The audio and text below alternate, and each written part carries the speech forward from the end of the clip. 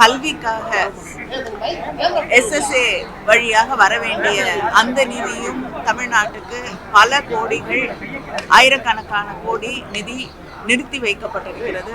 அதை வழங்க வேண்டும் என்ற கோரிக்கையும் வைக்க இருக்கிறோம். அதற்காக அங்கே நாடாளுமன்றத்திலே குரல் எழுப்பும் திராவிட முன்னேற்ற கழக எம்பிக்களுக்கு அறிவுறுத்தப்பட்டிருக்கிறது.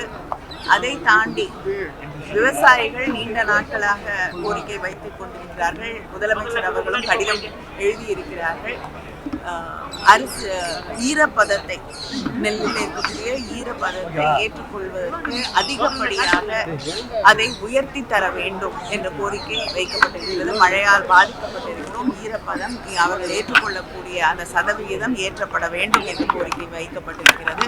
அதற்காக ஒரு குழு வந்து அங்கே பல ஆய்வுகளை செய்துவிட்டு சென்றிருக்கிறார்கள். ஆனால் எந்த பதிலும் இல்லை.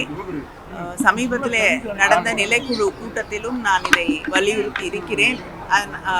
விரைவிலே அந்த பிரச்சனையையும் நாடாளுமன்றத்திலே எழுப்போம். தமிழகத்தை சேர்ந்திருக்கக்கூடிய மெட்ரோ ரயில் திட்டம் நிராகரிக்கப்பட்டிருக்கிறது ஒன்றிய அரசாங்கத்தால். அதையும் எழுப்ப இருக்கிறோம். இப்படி தமிழ்நாட்டுக்கு முக்கியமாக இருக்கக்கூடிய நாட்டிற்கு முக்கியமாக இருக்கக்கூடிய பல பிரச்சனைகளை குறிப்பாக அங்கே எழுப்ப வேண்டும் என்று முதலமைச்சர் அவர்கள் எங்களுக்கு அறிவுறுத்தியிருக்கிறார்கள்.